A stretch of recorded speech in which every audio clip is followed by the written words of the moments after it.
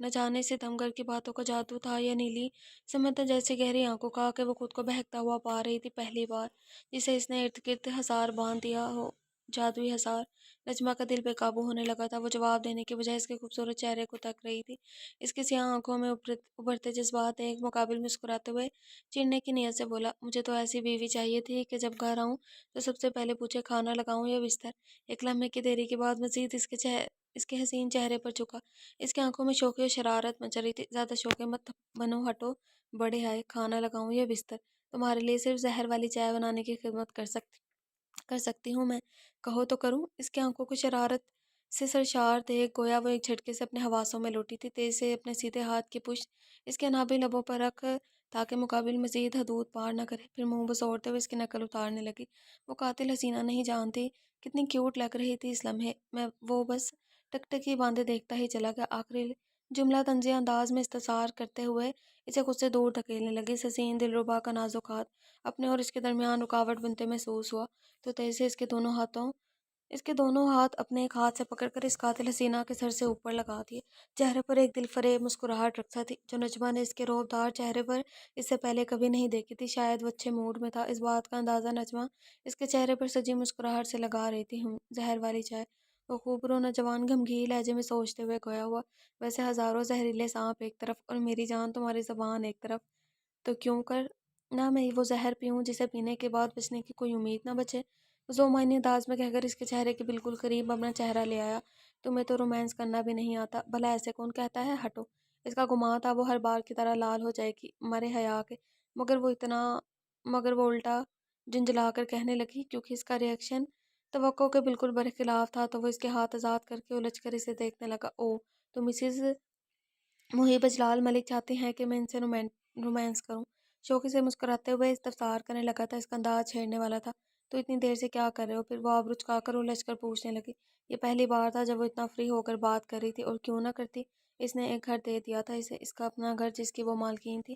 ایک گھر کا خواب کون سی عورت نہیں دیکھتی؟ وہ خواب محب اجلال ملک نے پورا کیا تھا۔ اسے تعلیم کے زیور سے دوبارہ آراستہ کروایا۔ وہ دشمن جہاں اس پر دن رات محبت لٹاتا تھا، اسے توجہ دیتا تھا، اس کے ناز اٹھاتا تھا، اس کا خیال رکھتا تھا، اور سب سے بڑھ کر اس کے والدہ کو فیملی ممبر کی طرح ٹریٹ کرنے لگا تھا، جیسا وہ ہمیشہ سے ارمان رکھتی تھی کہ اس کی والدہ آرام سے بیٹھ کر پرسکون انداز میں زندگی گزارے، کوئی انہیں نوکروں کی طرح ٹریٹ نہ کرے۔ وہ ارمان ہر روز اپنی آنکھوں سے پورا ہوتے دیکھنے لگی تھی۔ یہ چیزیں از خود ہی دل میں جگہ دے رہی تھی ستمگر کو۔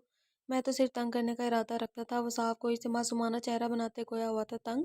اور یہی کرتے کرتے تم اپنے سارے کارنامے سر انجام دے دیتے ہو؟ وہ چھوٹی آنکھیں کرتے ہوئے محفوظانہ انداز میں طنز کرنے لگی تھی۔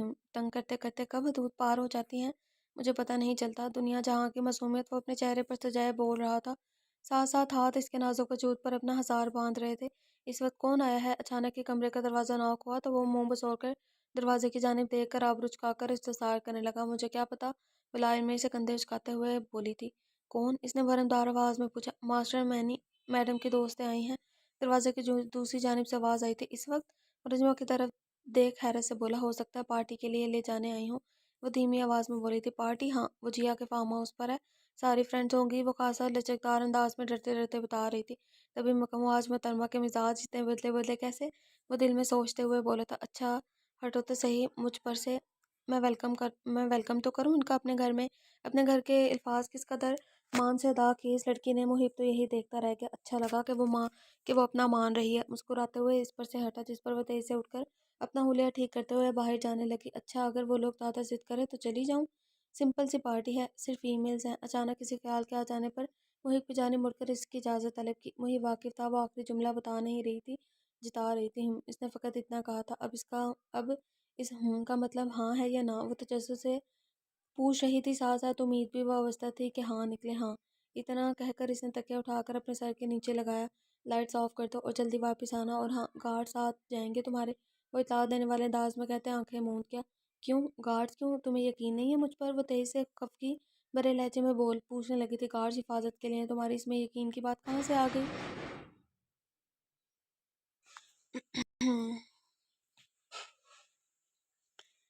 وہ بیزاری سے آنکھیں کھولتے ہوئے سامنے کھڑی اس حسین حسن سراپا کو دیکھ سنجیدگی سے جواب دہ ہوا تھا۔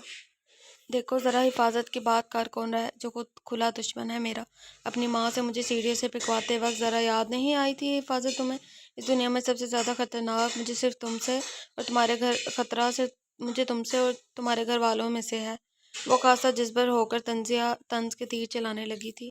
یار آپ لوگ مجھے کہتے ہو کہ اس کو کچھ نہ کہا کرو، اس کی کنڈیشن کو سمجھیں، یہ وہ آپ لوگوں نے کومنٹ کیا تھا، بٹ ایک بات بول دوں کہ وہ بندہ اتنی ایفرٹ کر رہا ہے بے لوث ہو کر، تو ایٹ لیسٹ تمہیں پازیٹیو سوچنا چاہیے۔ اس کی نجمہ کی سوچ بہت بہت زیادہ نیگیٹو ہے۔ میں اتنا کچھ نہیں کہہ رہی آپ کی ہیروئن کو، تو میں ہیرو کی سائڈ بھی نہیں لے رہی، بٹ میں اتنا بتا رہی ہوں کہ بہت زیادہ نیگیٹو سوچتی ہے، بہت زیادہ۔ اس سے شدید ناگوار گزرا تھا محب کا اس کے پیچھے گارڈز کو لگانا۔ یار گارڈز کو وہ تمہاری حفاظت کے لیے لگا رہا ہے، عقل کی اندھی؟ وہ لڑکی یہی سوچ رہی تھی کہ مقابل بھروسہ نہیں کرتا اس پر۔ میں تمہیں ہزار بار بتا چکا ہوں، امی حضور کے عمل سے میرا کوئی تعلق نہیں تھا۔ وہ سیدھا ہو کر بیٹھتے ہوئے روبدارانہ غصیلی آواز میں کہنے لگا تھا۔ وہ لوگوں کو اپنے کیے اعمال کی وضاحت دینے کا عادی نہیں تھا، اس کے باوجود اس لڑکی کو بار بار دے رہا تھا، لیکن وہ پھر بھی یقین کرنے کے لیے تیار نہ تھی۔ ابھی وہ جواب دیتی اس سے قبل ہی دروازہ پھر سے ناک ہونا چاہتے ہوئے بھی کارز اپنے ساتھ لے جانے پر مجبور تھی۔ پاؤں پٹکتی ہوئی باہر چلے گی، جبکہ اس کے مارے ہوئے طنز تیروں کے سبب وہ اب تک سو نہیں پایا تھا۔ دراز سے سگریٹ نکال کر کھڑکی کی جانب بڑھ گیا۔ وہ اکثر تب ہی سگریٹ پیتا جب ذہنی طور پر ڈسٹرب ہوتا یا نجمہ آس پاس نہ ہوتی۔ کل مہروز صاحب اور اس کے چھوٹے بھائی کی فیملی آ رہی تھی۔ ملک مینشن بہت معذرت کر رہے تھے کہ کہہ رہے تھے غلط فہمی کے نتیجے میں ہوا سب کچھ، ساتھ ساتھ شادی کی تاریخ بھی مانگی۔ تمہارے ڈیڈ نے گھر کے سربراہ ہونے کی حیثیت سے انہیں 5 جنوری کی تاریخ دے دی ہے۔ بس مبشرہ بیگم کا اتنا کہنا تھا کہ نجمہ کا دل ہل گیا۔ یعنی ایک ہفتے بعد وہ بے ساختہ ہی بول اٹھی، سوری، میں بہت شرمندہ ہوں۔ کال ریسیو ہوتے ہی دوسری جانب سے معذرت کی جانے لگی تھی۔ مجھے لگا تھا کہ گنڈے تم نے بھیجے۔ وہ شرمندگی کی انتہا گہرائیوں میں اتر چکی تھی جو اس کی آواز سے بھی نمایاں ہو رہا تھا۔ میں نے کہا تھا تم سے مجھے کوئی پھنسانے کی کوشش کر رہا ہے، مگر تم نے میرے یقین نہیں کیا۔ فی الحال اب معافی مانگنے کا کیا فائدہ؟ بس پارسی لہجے میں جواب دے کر کال منقطع کرنے ہی لگا تھا۔ سوری نا بابا، سچ میں بہت شرمندہ ہوں۔ تمہارے علاوہ کسی کو شہریار اور نجمہ کے رشتے سے مسئلہ نہیں تھا، اس لیے مجھے لگا کہ تم ہو، اور میں نے چاچا سے کہہ دیا کہ میں واقعی بہت زیادہ شرمندہ ہوں۔ کیا تم اپنی پلوشہ کو معاف نہیں کر سکتے؟ مان، محبت، یقین، کیا نہیں تھا اس کے آخری جملے میں؟ محب نے اپنے آدمی سے ان گنڈے کو پکڑوا کر گواہی دلوائی تھی، جس میں انہوں نے اقرار کیا کہ محب اجلال ملک وہ شخص نہیں جس نے انہیں بیچا تھا۔ پولیس کی تفتیش ابھی جاری تھی، آخر وہ شخص کون تھا جو محب کو پھنسانے کی کوشش کر رہا تھا؟ بعد میں بات کرتے ہیں، میں بھی ڈرائیو کر رہا ہوں، اس نے سرد مہری سے کہہ کر کال ڈسکنیکٹ کر دی تھی۔ وہ یونی سے گھر واپس پہنچی تو مبشرہ بیگم کو اپنے ڈرائنگ روم میں بیٹھا دیکھ اس کا خون کھول اٹھا۔ اس کا بس نہیں چل رہا تھا سامنے بیٹھی عورت کا حشر کرتے۔ آپ کو اندر کس نے آنے دیا؟ انہیں دیکھتے ہی اس کے سارے زخم ہرے ہو گئے تھے۔ وہ بپھر کر ان کے سامنے کھڑی ہو کر سخت لہجے میں اختصار کرنے لگی، لڑکی اوقات مت بھولو اپنی، میں صرف یہاں اپنے بیٹے کو گھر واپس لے جانے آئی ہوں، تم چاہے تو زندگی بھر پڑی رہو، مجھے کوئی فرق نہیں پڑتا۔ وہ کھڑی ہو کر حقارت بھری نظر نجمہ کے سراپے پر ڈالے برہمی والے لہجے میں بولی، امی حضور، وہ بھی اسی وقت گھر پہنچا تھا، انہیں اچانک اپنے گھر میں بیٹھا دیکھ حیرت ایک پل کے لیے اس کی آنکھوں میں بھی ابھری تھی۔ ہاں میں کیوں؟ میں اپنے بیٹے کے گھر نہیں آ سکتی؟ انہوں نے محب کے جانب مخاطب ہو کر نہایت محبت و مان سے پوچھا تھا۔ نج، ان کے لیے کھانا لگوا دو، کھانا کھا کر جائیے گا، اسے نجمہ سے حاکمانہ انداز مگر نرمی سے کہا تھا۔ آخری جملہ اپنی والدہ سے بے رخی سے کہہ کر تیزی سے رخ موڑا۔ محب، میں تمہیں گھر واپس لینے آئی ہوں، پلیز ناراضگی ختم کر دو مجھ سے اور واپس اپنے گھر چلو۔ مبشرہ بیگم کا لہجہ کافی منت بھرا تھا، لیکن اس کے باوجود وہ سن کر بھی انسنی کر کے جانے لگا تھا۔ کل مہروز صاحب اور ان کے چھوٹے بھائی کی فیملی، یہ آئی تھنک کر لیا ہے، ریڈ آؤٹ کر لیا یہ میں نے۔ جبکہ وہ لڑکی بالکل خاموش کھڑی تھی، اس کی آنکھوں سے آنسو بہنے کے لیے بےتاب تھے، مگر وہ خود کو ان ظالموں کے سامنے کمزور نہیں دکھانا چاہتی تھی، اسی لیے ضبط کا دامن تھامے کھڑی رہی۔ نج، کھڑی کیوں ہو ابھی تک؟ میں نے کہا ہے نا انہیں کھانا کھلا کر واپس روانہ کرو۔ وہ ان کا ہاتھ اپنے ہاتھ سے ہٹا کر اب بت بنی لڑکی کی جانب غصیلی آواز میں گویا ہوا تھا۔ اس لمحے سے سمجھ نہیں آ رہا تھا کیا کرے، دماغ جیسے وہ مفلوج ہوئے جا رہا تھا۔ اس بات میں سر ہلا کر باہر کی جانب چل دی۔ وہ کمرے میں داخل ہوا تو اس دشمن جاں کو گمسم سا بیڈ پر بیٹھا ہوا پایا تھا۔ نج، میری کار کی چابی کہاں ہے؟ وہ دانستہ طور پر اپنی جانب متوجہ کرنے کے لیے پوچھ رہا تھا۔ یہ لو، پھرتی سے کھڑے ہو کر کار کی چابی اس کے ہاتھ میں تھما کر باہر جانے لگی۔ کیا ہوا ہے، خیریت؟ ابھی وہ 2 قدم بھی نہ چلی تھی کہ محب نے تیز سے ہاتھ پکڑ کر روک دے فکر مند لہجے میں استفسار کیا تھا۔ کچھ بھی تو نہیں؟ کیوں؟ کچھ ہونا چاہیے تھا تمہارے نزدیک مجھے۔ وہ اس کا ہاتھ جھٹک کر دونوں ہاتھ فولڈ کر کے بھرم سے جواب دے ہوئی تھی، ساتھ ساتھ آخر میں سوال اسی کی جانب الٹا دیا۔ وہ واقف تھی وہ کیا جاننا چاہتا تھا، کیا سننا چاہتا تھا۔ یہ ظلم کی انتہا نہ تھی تو کیا تھا کہ دوسری شادی کا سہرا سجانے چلا تھا اور اس سے پوچھتا ہے کہ کیا ہوا ہے۔ وہ خود بھی نہیں سمجھ پا رہی تھی آخر وہ کیوں خود کو بکھرتا ہوا پا رہی تھی، کیوں وہ ریت کی طرح دیوار ثابت ہو رہی تھی مگر اسی ستمگر کے سامنے خود کو سمیٹتے بھرم سے کھڑی تھی، جسے پتھر کا دل سینے میں لیے ہو، جیسے جذبات سے آری ہو۔ نہیں، کچھ کیوں ہونے لگا تمہارے نزدیک ہمارا یہ رشتہ اہمیت ہی کب رکھتا ہے؟ وہ خاصا طنزیہ لہجے میں چوٹ کرنے والے انداز میں گویا ہوا تھا۔ تم تو ایسے بول رہے ہو جیسے تمہارے نزدیک ایک بہت اہمیت کا حامل ہو۔ اس نے بھی مقابل کے طنز میں ہی جواب دیا تھا، جس موضوع پر بات کرنے کا کوئی فائدہ ہی نہیں، اس ٹائم ضائع کرنے کا کیا مطلب؟ وہ سر نفی میں جھٹکتے ہوئے ہار ماننے والے انداز میں کہہ کر لمبے ڈنگ بھرتا باہر چلا گیا تھا۔ پوری زندگی ٹکی ہے میری، مگر تمہارے نزدیک اس موضوع پر بات کرنا بھی ٹائم کا ضیاع ہے۔ وہ اداسی سے مسکراتے ہوئے اسے جاتا دیکھ آہستگی سے بڑبڑائی تھی۔ اس نے اپنی جانب سے 99% دے دیا تھا اس شادی کو بچانے کے لیے، مگر رزلٹ وہی تھا آج بھی جو شادی کے پہلے دن تھا۔ کچھ بھی تو نہیں بدلا تھا، سب ویسا ہی تھا۔ پھر کیوں جان جلائے اپنی اس ستمگر کی خاطر؟ یار اس نے کہاں 99% دیا ہے؟ مجھے تو یہ ایفرٹ لیس لگ گیا۔ یہ بس طنز مار سکتی ہے اور کچھ نہیں کر سکتی، مگر دل پر زور کہاں چلتا ہے؟ نہ جانے کیوں پھوٹ پھوٹ کر رونے کا دل کر رہا تھا۔ بہت دیر تک خود پر قابو کرتی رہی، خود سے پوچھتی رہی کیوں روئے اس ظالم کی خاطر؟ وہ کب اپنا تھا جو آج پرایا ہونے کا غم ستا رہا تھا؟ اس نے کب محبت کی جو آج اس کی محبت بڑھ جانے کا غم سینے میں مچل رہا تھا؟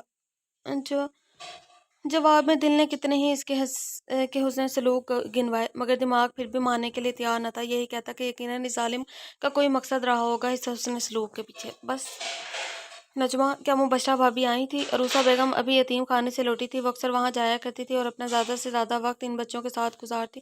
وہ واپس لوٹی تو عینی نے انہیں مبشرہ بیگم کی آمد کی خبر دی، جس پر وہ فکر مند ہو کر ڈائریکٹ نجمہ کے کمرے میں چلی گئی۔ اپنی موم کو سامنے دیکھتے ہی خود پر مزید قابو نہ رکھ سکی اور تڑپ کر اپنی ماں کے سینے سے لگے رونے لگی۔ کیا ہوا ہے؟ رو کیوں رہی ہو؟ کیا مبشرہ بھابی نے کچھ کیا ہے تمہارے ساتھ؟ محترمہ عروسہ اپنی بیٹی کو روتا دیکھ فکر مند لہجے میں پے در پے سوالات پوچھنے لگی۔ محب کی شادی ہے 1 ہفتے بعد، بچوں کی طرح بلک بلک کر روتے ہوئے بتانے لگی تھی۔ محترمہ عروسہ کو وہ وقت یاد آیا جب نجمہ اسی طرح زارون کی شادی کی خبر پر رو رہی تھی۔ کتنا وقت ہوا انہوں نے پھر اس لڑکی کے منہ سے زارون کا نام نہ سنا، جس طرح وہ پھوٹ پھوٹ کر رو رہی تھی۔ کوئی بھی اسے دیکھ کر کہ بتا سکتا تھا کہ دل ہار بیٹھی ہے ستمگر پر، ورنہ کیوں روتی، کیوں اپنی جان چلاتی؟ اسے تو فرق نہیں پڑنا چاہیے تھا، کیونکہ شادی سے پہلے ہی بتایا تھا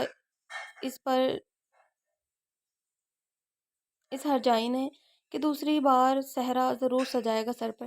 پھر کیوں دل خون کے آنسو رو رہا تھا آج وہ بھی اس ظالم شخص کے لیے جسے سوائے بددعاؤں کے کچھ نہ دیا؟ وہ نہیں بیان کر سکتی کتنی اذیت میں مبتلا کیا تھا اس کی دوسری شادی کی خبر نے۔ محترمہ عروسہ اسے دلاسے دینے لگی، مگر اور وہ مجبور ماں کر بھی کیا سکتی تھی؟ یار ایک تو نا میری طبیعت اتنی ڈاؤن ہے قسم سے میرے سے بولا بھی نہیں جا رہا۔ میں پھر بھی آپ لوگوں کے لیے نا ناول لے کر آ رہی ہوں۔ سامان پیک کیوں کر رہے ہو؟ کہاں جا رہے ہو؟ نجمہ کمرے میں داخل ہوئی تو اس خوبرو نوجوان کو اپنے کپڑے نکال کر سوٹ کیس میں رکھتا دیکھ گھبرا کر پوچھنے لگی۔ دل میں سب سے پہلا خیال یہی آیا کہ وہ ہمیشہ کے لیے چھوڑ کر جا رہا ہے۔ ہاں، واپس ملک مینشن۔ اس نے بغیر اس کی جانب دیکھے اپنے کپڑے سوٹ کیس میں رکھتے جواب دیا تھا۔ واپس کب؟ وہ پوچھنا چاہتی تھی نہیں بلکہ وہ روکنا چاہتی تھی، مگر الفاظ زبان کا ساتھ نہیں دے رہے تھے۔ کچھ تھا جو حائل تھا درمیان میں، شاید وہ انا تھی، عزت نفس تھی، یہ خوف تھا کہ اگر کہہ دے اور اس نے جواب نہ دیا تو، یا اگر دیا مگر مثبت نہ دیا تو، خود کو اس کے سامنے کیوں ریت کی دیوار بنائے؟ کیوں منت و سماجت کرے اس کی کہ چھوڑ کر نہ جائے؟ پھر منت و سماجت کہاں اثر انداز ہونے والی ستمگر پر؟ یہ دیکھنا اپنی ازیومنگ کری جا رہی ہے۔ یہی سوچتے ہوئے لفظ زور سے بھیچ لیے، اپنے کپڑے بھی پیک کر لو۔ وہ اپنی سوچوں میں مگن تھی کہ محب کی آواز نے اس کے حواسوں میں بحال کیے تھے۔ میرے کیوں؟ وہ الجھی۔ میرے جانے کے بعد کیا اکیلے رہو گے اتنے بڑے گھر میں؟ ڈرپوک تم ویسے بھی بہتوں خیال رکھنا تمہیں آتا نہیں ہے اپنا، اس لیے بغیر کسی بحث کے میرے ساتھ چلو اور اس کی جانب متوجہ ہو کر سنجیدگی سے گویا ہو۔ اس پر اس ہر جائے کا یہ فکرمندانہ انداز ہی تو کچھ فہمی میں مبتلا کرتا ہے کہ بہت خاص ہے اس کے لیے، لیکن اگر واقعی خاص ہوتی تو کیا یوں دوسری شادی کرتا؟ مجھے نہیں جانا اپنا گھر چھوڑ کر اس ملک مینشن میں، اور نہ ہی مجھے فورس کرو، وہ حسین لڑکی برہمی سے جواب دے ہوئی تھی۔ پھر اپنا سیل شوکیس سے اٹھا کر بیٹھ کے دوسری سائڈ پر بیٹھ کر مقابل کی غسیلی نگاہوں کو مکمل اگنور کرتے ہوئے اس کے سامنے آرام سے اپنا سیل چلانے لگے، جبکہ مسلسل اسے گھوری سے نواز رہا تھا۔ نج تیار ہو جاؤ، واپس آ چلیں گے ہم، اور اب مجھے اپنی بات دہرانی نہ پڑے۔ وہ دوبارہ سنجیدگی سے وارننگ دینے والے انداز میں بولا، میں نے کہا ہے نا مجھے نہیں جانا، تمہیں جانا ہے تو تم جا سکتے ہو۔ وہ بظاہر سیل چلا رہی تھی، اصل میں تو آنکھوں کے کنارے ستم کر کے وجود پر ہی ٹکے تھے۔ مقابل کی وارننگ دیتے ہی سیل بیڈ پر زور سے پٹک کر غصے سے بولی تھی، میں نے تم سے پوچھا نہیں کہ تم نے جانا ہے یا نہیں، میں تمہیں بتا رہا ہوں کہ تم چل رہی ہو میرے ساتھ۔ وہ آخری جملہ خاصا جتاتے ہوئے کہہ کر اس کے کپڑے بھی الماری سے نکال آیا تھا۔ اینی، اس کے بلند آواز سے کہتے اینی تیزی سے نظریں جھکائے کمرے میں داخل چلی آئی تھی۔ میڈم کا سارا سامان پک کرو فوراً، اس نے اپنے رعبدارانہ انداز میں حکم صادر کیا، جس پر وہ اس بات میں سر ہلا کر اپنے کام میں لگی۔ محیب، وہ غسیلی آواز میں احتجاجاً بولی تھی۔ وہ اپنے لابی ہونٹوں پر شہادت کی انگلی رکھتے ہوئے اشارتاً اسے خاموش کروانے لگا۔ 5 منٹ ہے تمہارے پاس، تیار ہو جاؤ ورنہ اسی حلیے میں اٹھا کر لے کر جاؤں گا۔ وہ وارننگ دے کر بھی مڑا ہی تھا کہ اس کے حسین دلربا کے جملے نے قدموں کو روکنے پر مجبور کر دیا۔ مجھے نہیں جانا اپنا گھر چھوڑ کر۔ کیوں؟ تم کیوں مجھ پر زبردستی کر رہے ہو؟ تمہیں جانا ہے تو اکیلے جاؤ نا، کم از کم مجھے یہاں سکون سے رہنے دو۔ وہ دوبارہ ملک مینشن کسی صورت جانے کے لیے تیار نہ تھی۔ اس کا لہجہ ابتیتا تھا۔ یہ جملہ ادا کرتے وقت اس خوبرو نوجوان کا ذہن تو فقط اس کے ادا کیے ہوئے لفظ اپنا گھر پر لٹک گیا تھا۔ وہ اس گھر کو اپنا مان رہی تھی، مگر اس گھر دینے والے کو نہیں۔ دل جلاتی تھی وہ لڑکی اس کا۔ 5 منٹ، وہ ریمائنڈنگ کلاک کی طرح دوبارہ یاد دلا کر باہر چلا گیا۔ کیا مطلب ہے؟ وہ اپنے بالوں کو جوڑوں کو مضبوطی سے جھنجھلا کر کھینچتے ہوئے بولی تھی۔ بس نہیں چل رہا تھا اس ہر جائی کا حشر کر دے۔ نچ 5 منٹ ہوتے ہی وہ کمرے میں آن پہنچا۔ آتے ہی بیڈ پر بیٹھی لڑکی کو گھورتے ہوئے کہا، محیب میں نہیں جاؤں گی چاہے تم کچھ بھی کر لو، اور اگر تم نے میرے ساتھ زبردستی کرنے کی کوشش کی نا تو میں پلوشا کو بتا دوں گی میں تمہاری بیوی ہوں، اور نہ صرف پلوشا کو، تمہارے پورے سسرالیوں کو بھی۔ اس لیے تمہارے لیے بہتر یہی ہے کہ مجھ سے اس معاملے میں نہ الجھو، ورنہ کوئی گارنٹی نہیں جس مقصد کے لیے تم اتنا خوشی خوشی جا رہے ہو وہ خاموشی سے پورا ہونے دوں۔ وہ نڈر لڑکی خاصا بھرم سے اس کے وجیہہ مرد کے روبرو کھڑے ہو کر دھمکی آمیز لہجے میں گویا ہوئی تھی۔ اف، نجمہ کا لگا وہ اس کی دھمکی سے ڈر کر خود ہی پیچھے ہٹ جائے گا اسے ملک مینشن لے جانے سے، مگر اس کی توقع سے بالکل برعکس وہ ایک گہرا سانس ہوا میں خارج کرتے ہوئے اپنی روشن پیشانی کو بیزار سا چہرہ بنا کر مسلنے لگا۔ بیچلر پارٹی میں سارے مہمان موجود ہوں گے۔ مائک ایک تمہارے ہاتھ میں پکڑا دوں گا، اسٹیج پر چڑھ کر اعلان کرنا۔